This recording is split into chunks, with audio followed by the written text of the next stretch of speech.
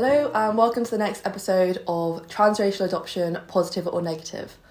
My name is Xinru and I'm here with my co-host, my mother. Hello, I'm Elizabeth and today we're talking about the adoption of my second daughter from China. So, where do we begin? We used to call her Mei Mei, meaning also younger sister. In Chinese. So because we didn't have a name for her, we used to call her Mei Mei. And then even when I got the paperwork, which was about a month or so before we went to China, and I discovered that her name was QingQing, I think we still referred to her as Mei Mei. Yeah. So we started calling her Mei Mei, but at this point had I started learning Chinese? A little bit, yeah. A little bit. So I suppose you knew what it meant and everything, yes. Okay. We did a little bit. The Chinese Centre had set up a Mandarin class for 3-year-olds, just at my request, for you and a couple of our friends who were the same age. Oh, other adoptees? Adoptees, yeah. Oh, really? And then other children from the Chinese community came as well. But it was set up at my request. I mean, they were wonderful, really, to do that, find a Mandarin teacher and everything. I mean, I have to hand it to them. So you were sitting in on the classes? Because we were I three. sit in, yeah. All the parents sat in, that's right. What did we do? How do you teach a 3-year-old? Oh, just little bits of singing and a few words. And then she started to teach you how to say all the different pinyin letters. And I thought it was too young. 3 was too young to start doing that. But, I didn't interfere. Really? So going ball, paw, more? Yeah. But I suppose you quite like making those sounds. And how to count and how to talk to individuals. And so that's where the Mei Mei came in, I suppose. Okay. Oh, but at this point we all spoke English. Yeah. Yeah. Okay. Yeah. So we called her that. And Grandma came to China along with a total of 8 people when we went out this time. I think it's the biggest group there's ever been amongst the adoption community. I just invited my parents. My sister came again. Douglas, I wanted to be there because he's your generation. And a friend of mine came. So we were a big group. It was such a relief to me because the first trip, even though my sister was with me, it was exhausting and stressful. If you haven't done it, you can't understand. You're going out there, putting your head on the block, really, because they're just going to hand you a child and it's yes or no. Oh, no, I wasn't going to say no. So, terribly, terribly stressful. I think all the mothers in particular, but all of them were very stressed out. I remember Vivian saying, "Are all adoptive mothers a bit mad?" I said, "No, it's the stress." Yeah. So, so we all went out together. We were all on the same flight. And not only that, but there were 4 British families and 5 Dutch families going out in the same group with the same guide. And frankly, that was far too many for one guide to deal with. He didn't have any help. It was all for the same orphanage or the same city? All to Wuhan. So to the same city, all from different areas. But we all adopted on the same day. So we all caught the plane together, the English ones. Oh, really? Well, the English ones were all on the same flight. So we all got to know each other, and it was really nice in a way to have other people there. But I felt that the guide was very remiss. He was making a lot of money out of every single one of those 9 families for what amounted to just maybe 3 or 4 days' work. He was making many thousands of pounds, which in Chinese money was a hell of a lot of money. And he could have... why didn't he just get some students who were learning English to come and help translate? He was the only one there to translate, and there were 9 families all at the same time adopting children. Anyway, I'm going ahead of myself. So we all met at the airport, flew out to Beijing and then on to Wuhan. And then we were staying in this hotel together, and we were told, wait in your room on the morning of the adoption, and we'll send you a message when your child arrives. And then there's a 2:00 in the afternoon ceremony where you adopt, all of you together. I just couldn't sit in the room from, after breakfast until, as it turned out, my baby arrived after 2:00, after the ceremony started. The last one to arrive. That was just the most horribly stressful morning because you want the child to arrive, you want to see what they're like, are they okay? And all these other babies are arriving in taxis from different places, being sent off to the rooms where other people obediently stayed in their rooms. I, on the other hand, stayed in the foyer.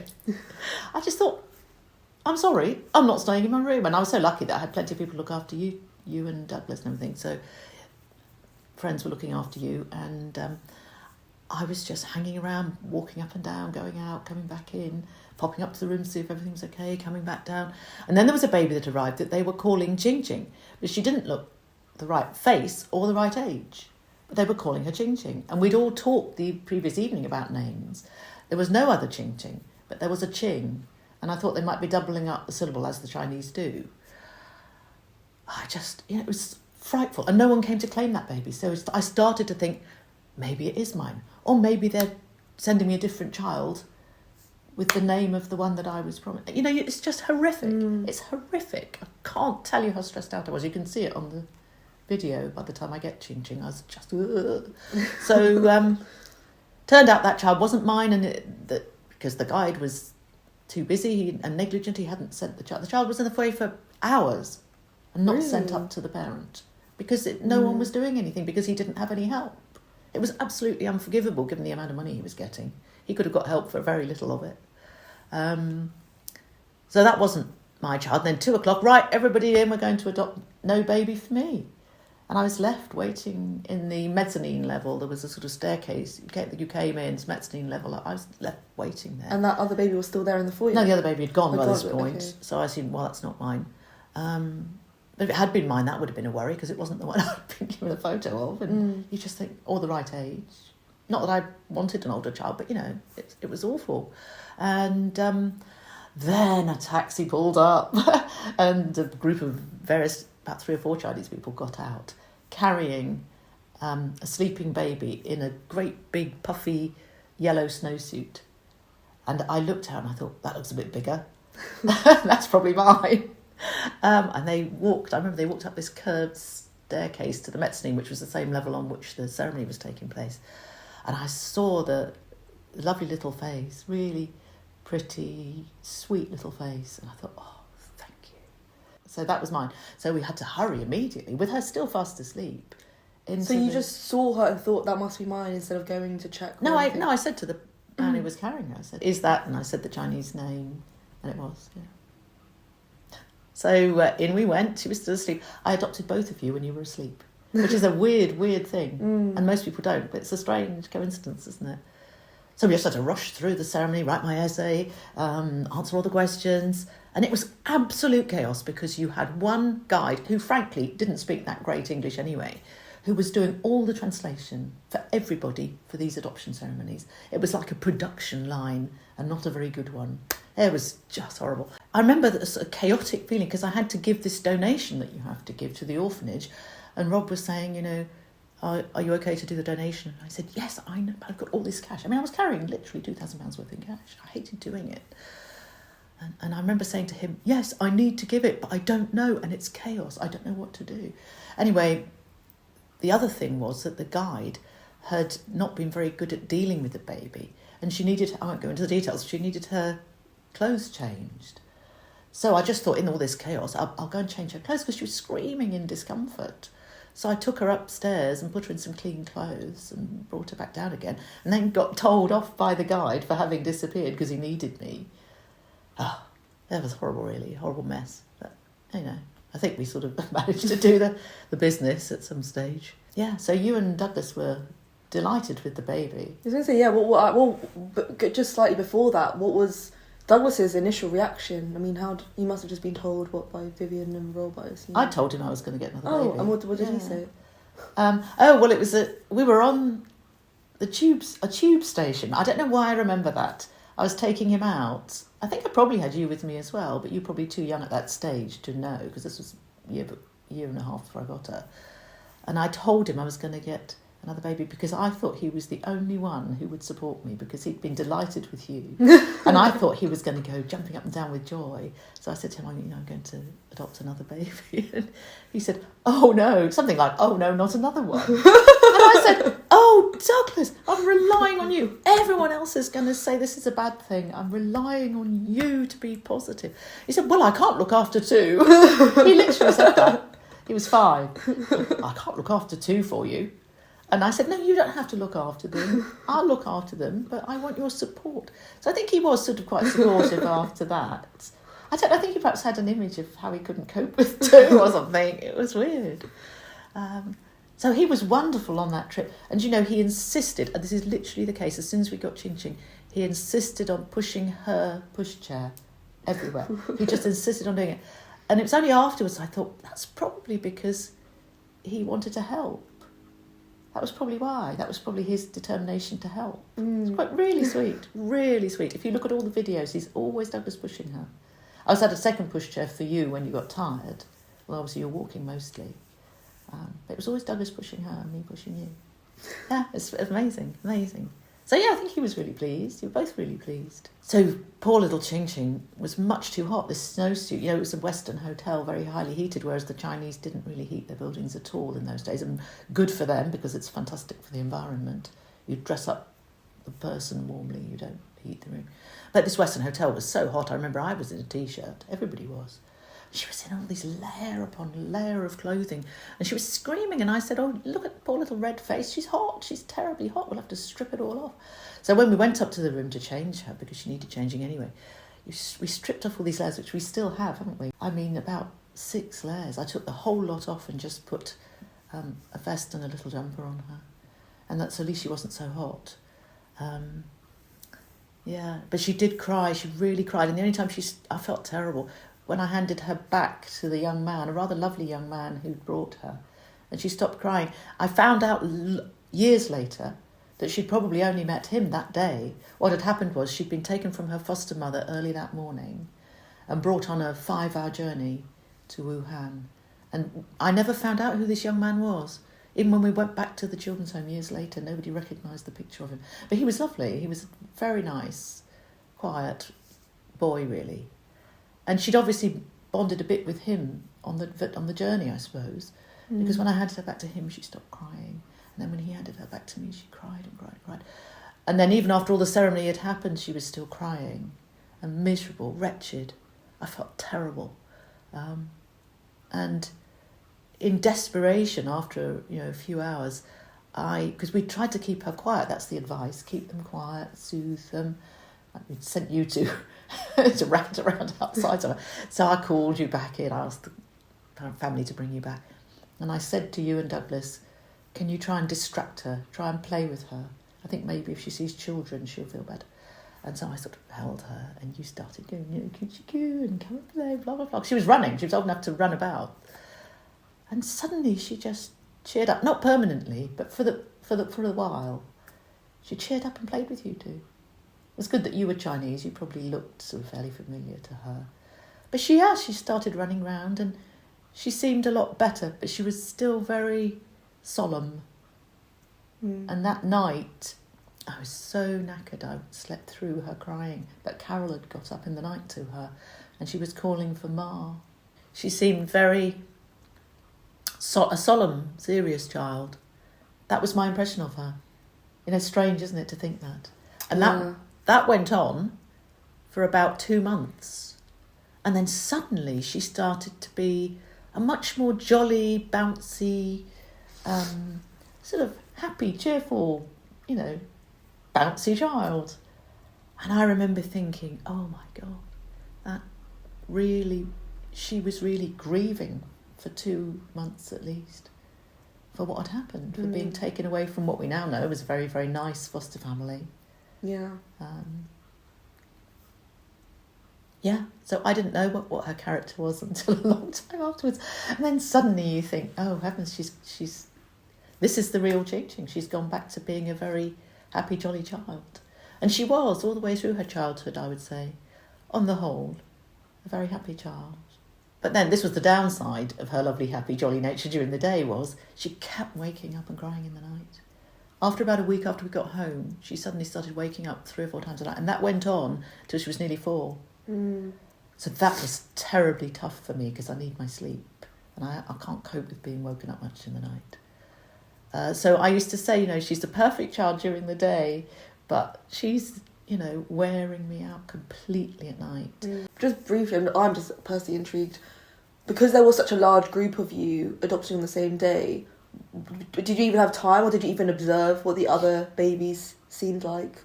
Yeah, they were all in good health and most of them were not yet walking. See, QingQing was not just walking, he was running. None of the others were walking. I think all the others were either a year old or younger. And she was considerably older than them. So a lot of them were staying in the room, and you'd walk along the corridor where we were all staying, and you'd hear howling from babies from every room, because you are supposed to just stay with them and not go out much and everything. But because QingQing was older, and because she was happy playing with you two, I used to take her. You lot, the three of you, would be running around the foyer together and everything. She seemed a lot happier having playmates. She really did. I would advise anyone, if you've got other children, take them. What can I say about the others? Yeah, I think they were all reasonably okay. I think some of them found it quite traumatic, obviously taking on a child from nothing. And the Dutch group sort of stayed amongst themselves, and I suppose the British group stayed amongst themselves. I tried to go and be all chatty to the Dutch group, but I don't think they welcomed it. But, you have to remember they're all just, stressed out. Very stressed out. Yeah. Were there any other singles adopting? No. And I was the only one who already had a child. It was ironic, isn't it? I was a single adopter who already had one child. The others were all couples just getting one child. But they may have gone on to get other children. I know one of them did, at least, that I know of. So it was interesting that there are different rules for adoption in different countries. So, for example, in the Dutch group, there was a woman who was seriously morbidly obese, and I know in Britain you wouldn't have been approved to adopt a baby if you had been as heavy as that. And yet the Dutch are very strict about not having an age gap of more than 40 years. So if one of the couple was significantly over 40, which obviously I was at that point, I was 46, I think, when I went. So I would have had to have had a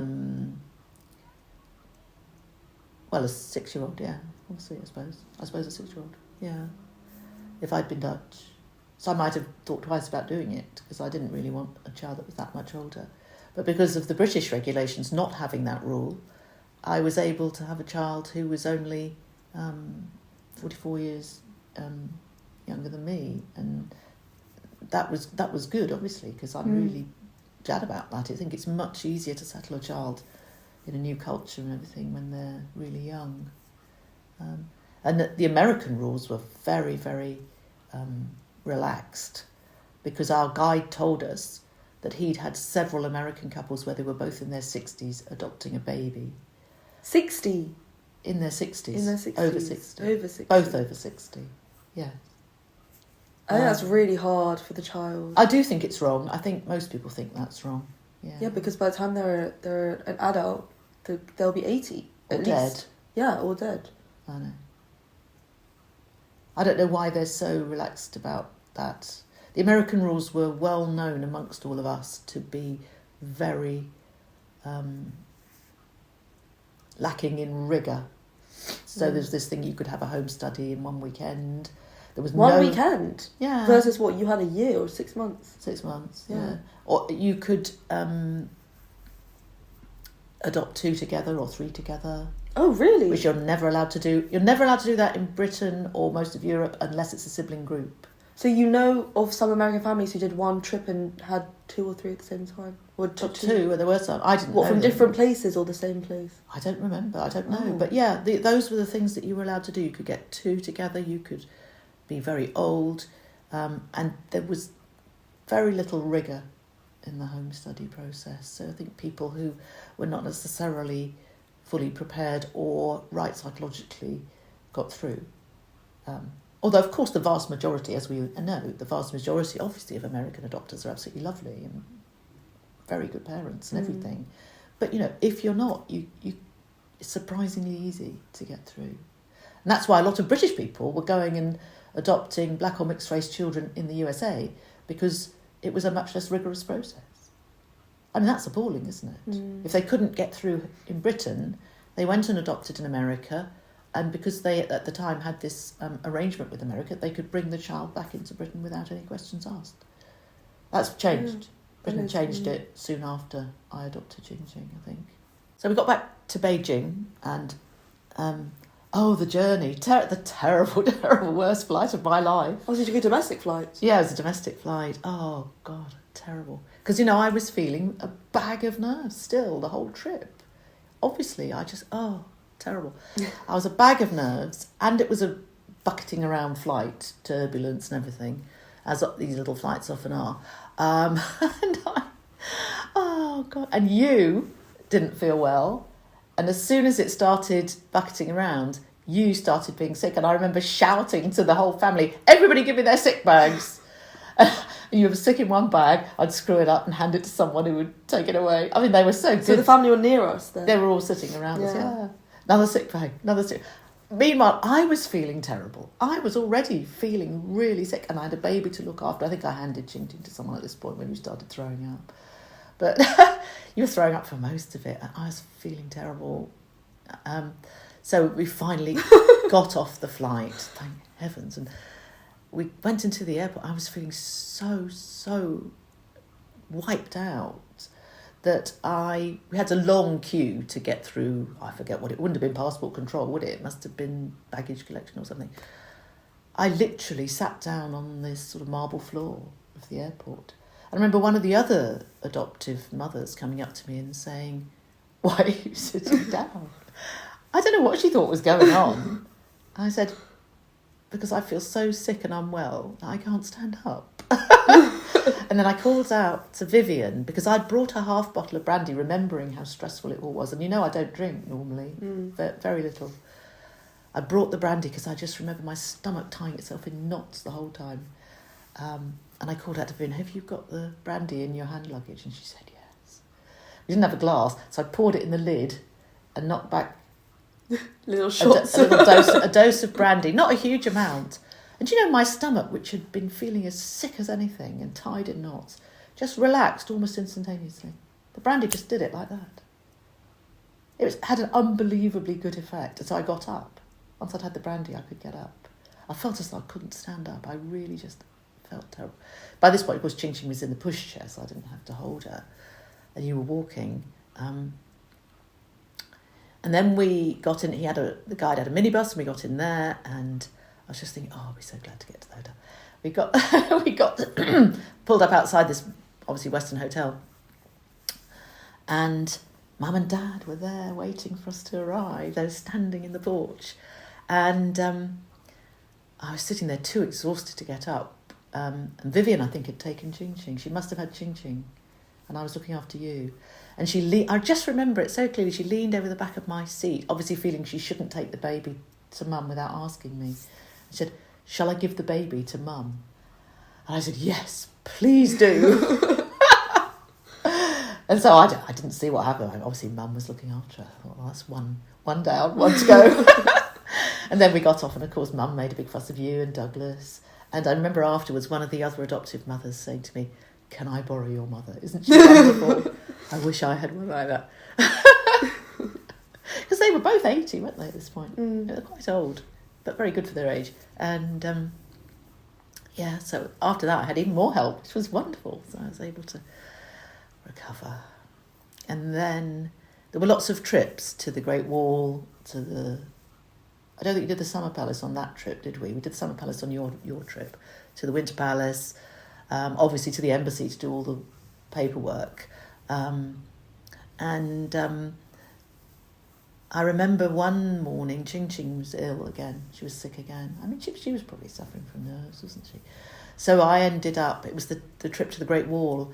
I sent all of you off without me. You went with Grandma, and I just stayed. I had a quiet morning with QingQing. She slept a lot of the time, so it was quite peaceful for me. But I remember shouting after the group as they left, "Get the picture of Xinru with Grandma on the Great Wall." I had this image that I wanted a picture of you two on the Great Wall, so that as you grew up, you'd see something so iconic that Grandma was there in China with you. I just wanted that. So I said, "Get the picture, don't forget," which they did. Yeah. Eventually, then we flew back to the UK. Oh, QingQing had an ear infection. I forgot to mention that, didn't I? Yeah, one of the reasons I think she cried was there was this. I'd never known anyone with an ear infection. I didn't know the signs, and of course we didn't have a doctor. There was this funny smell hanging around, and then I'd worked out it was coming from one of her ears. And I didn't know what it was. I didn't realise it was a sign of an infection. Stupid, I know that now. Gosh, she's had a whole history of ear infections and operations on her ears and things.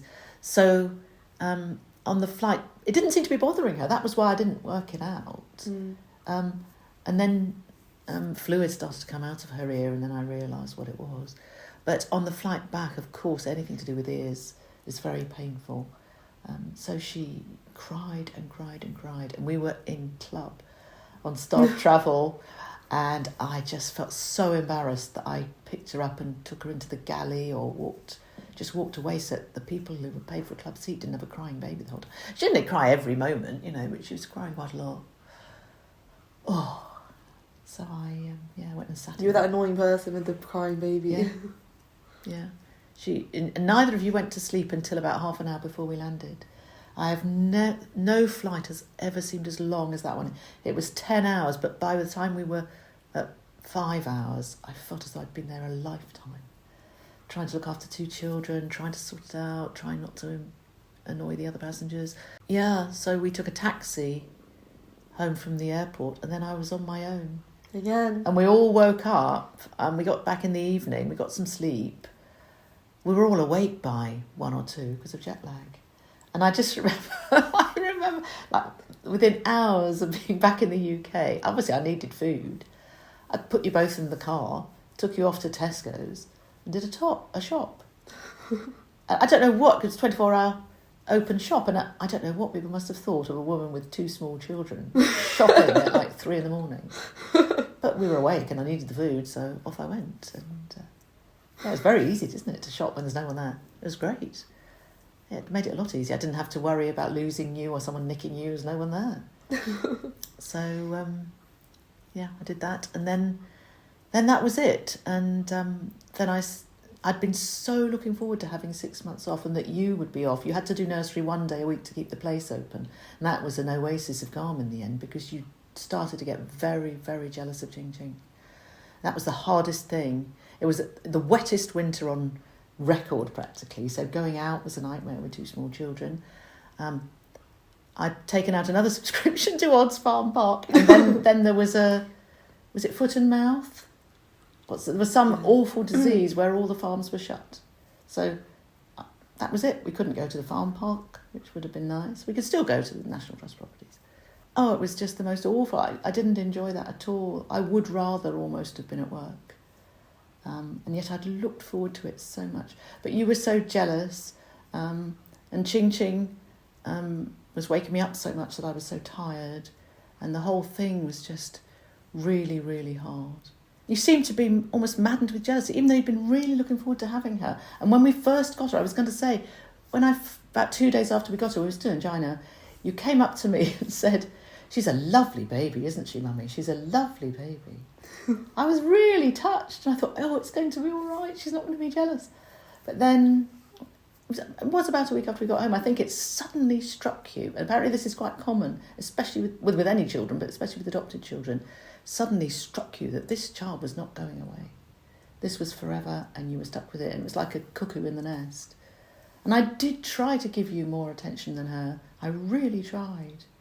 But you were very, very jealous of her. If I did anything with her, you were very, very jealous. And that's one of the disadvantages of being a single parent, because I couldn't split you up. I had to look after both of you all the time. If it had been a couple, one of them could have taken you off somewhere, or I'd taken the baby off somewhere. But when there was just me, I just was at the end of my tether, knowing what to do. It's quite common, apparently. I've heard other adopters saying that, not in our adoption group, but on podcasts and things. It's quite a common thing. Yeah, I just used to try and hold it all together. But it got considerably better as soon as QingQing went to nursery. I had no worries about her going to nursery. I just knew. I mean, she'd gone there every week when I took you in. She knew what it was like. And she was just such a naturally sociable, confident child, and a bit older than you had been, obviously, because I adopted her older than you. I just don't know why, but I was completely confident she'd be fine at nursery, and she was. She was very sociable. She loved being with children, and I just knew that was going to be good. So she went to nursery. I went to work. Things got a lot better. You were much less aggressive to her after that. I think you just needed to get back into the routine. If I'd known in advance, I'd have probably carried on paying for your nursery place, but I was so hard up. If I paid for the full place all the way through my adoption leave, that would have been thousands. And I just couldn't afford to waste that money. But I probably should have done, or if I could have afforded it, I should have done. I just thought it would be nice for us all to be at home together, but it really wasn't. And it was, this horrible wet winter. Had it been the summer again, that would have been a lot easier, wouldn't it? So you'd say it was really difficult in the beginning with 2 children as a single parent? Very, very difficult. But possibly mainly because of jealousy. But it's physically hard. You think that you can cope, but then the 2 children on completely different schedules. She was having a nap during the day, which if I'd had only one child would have been lovely and I could have had a time to relax, but you were still bouncing around. So I used to take the opportunity of her nap to try and do constructive things with you, reading books and doing useful things with you. So that was our opportunity to do stuff, which meant I never got a break. And then bedtimes were a nightmare because she'd slept during the day, so she wasn't ready to go to sleep really, even as early as you were. But you were determined that she was absolutely going to go to bed before you, so if it killed you, you were going to stay up. And I used to think, again, if only there had been another person in the house, they could have taken QingQing away while I put you to bed. But I couldn't do my normal bedtime routine, and I had made the mistake of never changing our bedtime routine. So the whole bedtime thing, I should have got you going to sleep on your own before we left to get QingQing. That was a massive mistake, really was. But bedtimes were terrible. And then, of course, once she stopped having a nap, which happens, happened relatively quickly, that was a lot easier because then I could say, yes, she's smaller than you, she goes to bed first. My health was an issue, wasn't it? You probably don't even remember that. No. I didn't realise, I think this had been building up for a long time. I'm not going to go into all my symptoms, but I was becoming increasingly anemic and exhausted, and I didn't know that. And I didn't go to the doctor because I assumed the tiredness was all about looking after children. Everyone had said, you'll find it terribly exhausting. When I said, I'm so knackered, they said, that's what it's like with children. And nobody, I feel quite annoyed about this to this day, nobody said, you've got 2 reasonably well-behaved children, especially once QingQing was sleeping through the night. You've got a job that's not that demanding. Why on earth are you so permanently exhausted that you even have to stop and catch your breath going upstairs? Why are you so exhausted? Nobody said that. I could have lost my job. I was really struggling with this terrible exhaustion. And then eventually my symptoms, which I won't describe, got to a stage where I had to go to the doctor. And they did tests and immediately said, you're dangerously anemic. Start taking iron tablets today or you'll need a blood transfusion. Oh, wow. Literally. They said we would normally give a blood transfusion for your level of anemia. But as you've been coping with it, take the tablets. Here they are. Here's a prescription. Take them today. And I started and I gradually felt a lot better. And then I had to have an operation and nothing too bad. But I should have gone to the doctor sooner, but I just thought the exhaustion was you two. And I'd actually applied to reduce my hours at work, even though I couldn't afford it. Because I thought, I can't cope. I wasn't coping with having to do all this. Because by this point, you had started school, QingQing was still at nursery, and I was having to do 2 drop-offs and 2 pickups, start and end of work every day, and I was totally exhausted. And as we know now, dangerously anemic. There were some days, probably 2 or 3 separate days, when I felt so unwell I couldn't really do much. And then I would feel better again. That was all the anemia, I'm sure. So it was great to have it all sorted out and to start to feel well again and to have my energy back. And QingQing was by this point sleeping through the night. It was when she started sleeping through the night before the operation that I realised there's something wrong because I'm not being woken up and I'm still exhausted. Yeah. So my health was an issue there. So I think it might have been easier had that not been the case. But it could have been worse. It was curable and everything's fine ever since. But overall, you'll say that you're very pleased with it and you don't regret getting a second one? No, I didn't at all. Obviously, it's lovely now and has been for most of the time. I never regretted it, but I did wonder how I was going to cope with it. Funnily enough, I do remember saying to some friends, I think I would recommend that singles are not allowed to adopt more than one child because I'm finding it so hard. Oh, that's how hard Yes. you were finding it. It's not that I regretted it, but I said I'm surprised they let singles do it. It is so tough. But maybe it's tough for everybody. I mean, I had 2 relatively well-behaved children, apart from them waking me up in the night, and apart from the jealousy on your part. You were well-behaved, healthy, well-adjusted children. So, I suppose for a couple, if you have children with real problems, it's harder. I know that it is, because I had a colleague at work who had a child with lots of problems. And he looked worse than I did, I tell you. He really did look worse than I did. And there were 2 of them. And the wife wasn't even working. So that, it can be desperate if you've got a child with lots of disabilities and things. So at least I always knew there was light at the end of the tunnel. I remember saying again to other friends, I'm just taking one day at a time and assuming eventually it will get better. And of course it did. Yeah, that's fine. And the best years, I think the best years for me were from about when you were about 4 and 6 up until after my father died, when we had to spend a lot more time going to see grandma. And then it wasn't so great after that because I just had to do a lot of rushing about. So we had about 3 years, the 3 really good years, where I was getting enough sleep, I was feeling well. You 2 were old enough to dress yourself and feed yourself. And we had lots of lovely trips, and we still had lovely holidays, even after grandma started to get dementia, but it wasn't quite as rosy after that, was it? There was always a bit of a cloud. But no, it was great, it was great. The times I've spent with you 2 have always been relatively easy, and I do feel very lucky. There were no major health issues, no major psychological issues that impinged too much on our lives, no disabilities or problems with education or anything like that, were there really? Behavioural problems. Not too bad at all. I was lucky, I think. But I think, and I often think, I was lucky as a single to have that. What if a single person had ended up with one or both children with lots of difficulties? I suppose I'd have had to give up work, wouldn't I? And that would have brought a lot of financial issues. So yeah, I escaped from all those difficulties. I've been very lucky. So that's it for this episode, and in the next episode we thought we'd change things up a bit and talk about our relationship with China. Yeah, because we've mentioned China a lot, but obviously all 3 of us have had a different relationship with China and hope to have one in the future once it opens up again. Yeah, so thank you for listening to this episode and see you in the next one. Bye. Bye.